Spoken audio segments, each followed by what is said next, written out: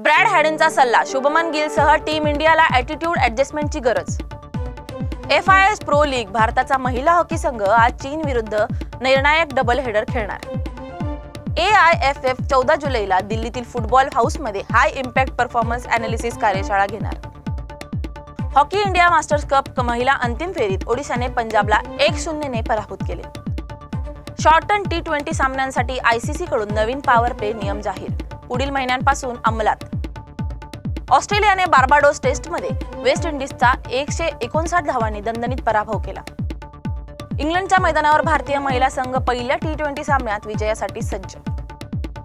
Wimbledon 2025 साठी अल्कारासच्या हॅट्रिकला जोकोविचनं टक्कर देणार गॉफ साबालेंका, महिला रायव्हलरी पुन्हा रंगणार। क्लब वर्ल्ड कप 2025 मध्ये ब्राझीलच्या 4ही क्लबांना प्री क्वार्टर फायनल मध्ये मजल मारली, त्यापैकी एक क्लब क्वार्टर फायनल मध्ये स्थान पक्क करणार।